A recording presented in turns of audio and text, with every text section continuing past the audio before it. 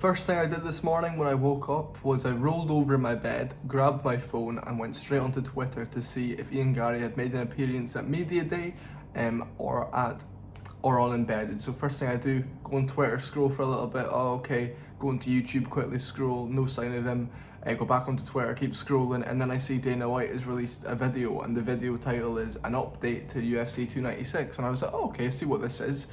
Ian Garry pulls out with his fight against Vicente Luque, which is so gutting, and I just want to say this, folks. I just want to say this, okay? I've just woken up, and I'm gutted because I love watching Ian Garry fight, regardless of what's been going on the past month. He's had a terrible month with the fans and with everything, and now he's pulled out. It's just one of those things of like, oh my word, you know, everyone was saying like Ian Garry's gonna pull out, like he won't turn up to the press conference, and now it's happened. I think he's gonna try to get back in there maybe January, February. I think a smart thing to do would be put him, if he's willing to sit out, if he gets a big fight, I'd say put him on the O'Malley undercard or put him on the UFC 300. I think something like that's a good idea. Give him a few months to just regroup. He's fought 3 times this year already, you know, so he's not in any rush to compete.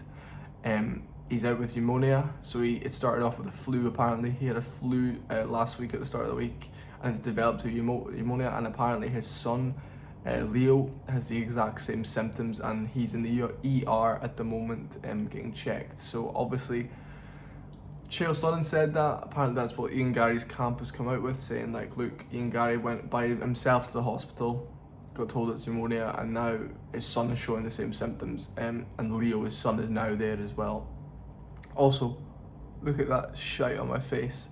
That hopefully will be gone soon. I'm taking a day off training today, that's why I'm sitting doing this video so early in the day, and that's why I'm so tired. My body just needs a day off. But I want to say this, folks.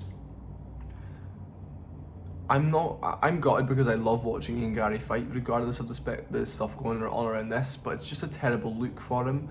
I feel like realistically what he needs to do is come out, make a statement and say, look, I can fight through injury, but illness is different, and I completely agree with that. I think a lot of fighters will fight through an injury, but like an infection or an illness, you can't really push your body through, because that's when your body doesn't respond, your body shuts down. It's different to having a sore foot, a bad ankle, a bad rib, you know? However, guys, the man can fight, and the man I think was always going to turn up to fight. After Ian Garry beat Neil Magny, Layla, his wife, released a statement on Instagram, you can go see it, it's very recent, saying like, this is what happens when you mess with Ian Garry, when he's angry, this and that. So I believe he would have definitely turned up, and I believe he would have showed up to the press conference. The reason he's not been in Embedded, I think, is because he's been like bed-bound ill, not feeling well. That would make sense. However, the episode 1 of the Embedded was on Monday. You know, it's just one of those things, you know. Again, I've just woken up. I literally crawled out of bed like 9 seconds ago and put on an old t-shirt. Look, I don't think we should rip him to bits too much. I think the whole him and his wife's situation's bad. That's mental. The whole situation with the ex-husband, taking the ex-husband's name, that's mental. People say, oh no, he's taken Layla's last name. No, he hasn't. Layla's last name was Anna Lee. Layla Anna Lee. Then she married this man, changed her last name, and now, see where I'm going with this? Now Ian Garry's got the ex-husband's last name, that is true. I feel bad for Luque. I think chuck Belal Muhammad in there to see if Luque can get him out of there. I mean, if Belal goes out there and beats Luque again, I mean, Luque and Belal are 1-1, so 1-1, so that's a really good fight actually, if they want to chuck Belal on there, but I don't know if they will, just due to the fact their title fight still needs a backup. But it doesn't really, it's got like, I mean, the title fight's not terrible. I mean, it's still got Pantoja and Royval, even though no one cares about that. So what I will say, folks, is I'm extremely excited for the fights, but I am gutted that Ian Garry's off the card. I am extremely sad. I'm extremely gutted with the fact that we're not gonna be able to watch him fight this weekend. I love watching Garry fight. I absolutely love watching Garry fight. He's one of my favourite people to watch fight, mainly because he's such a game plan tactician. Like he will literally just stick to a game plan the whole time. Like he won't go off the game plan. He'll jab. He's got a really nice jab, and he reminds me slightly of Alex Pereira, but more by the way like he plods. He kind of waits and then throw a jab. You know, he doesn't really remind me of Pereira, to be honest, but I kind of see their stance and I'm like, okay, it's, you know, I don't know. I'm gutted, guys. I'm really gutted. I'm so upset.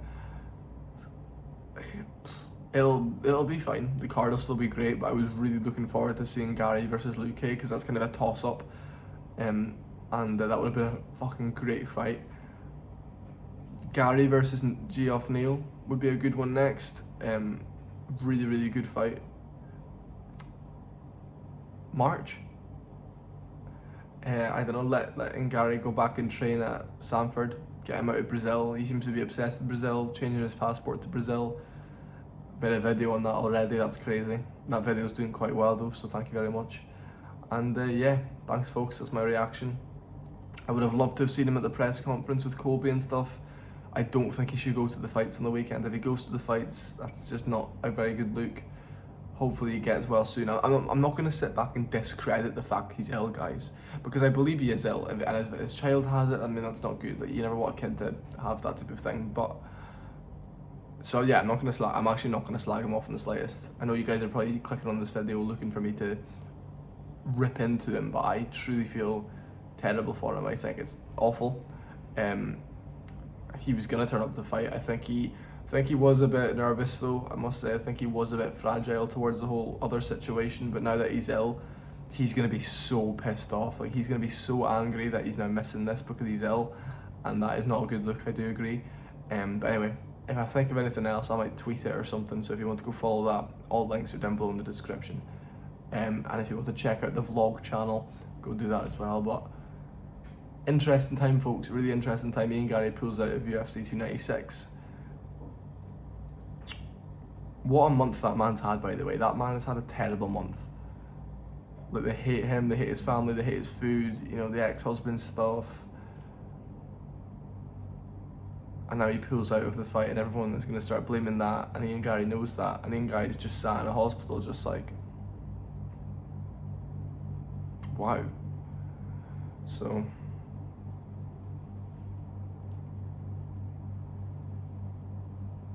crazy. I'm just baffled. Subscribe, folks, thank you.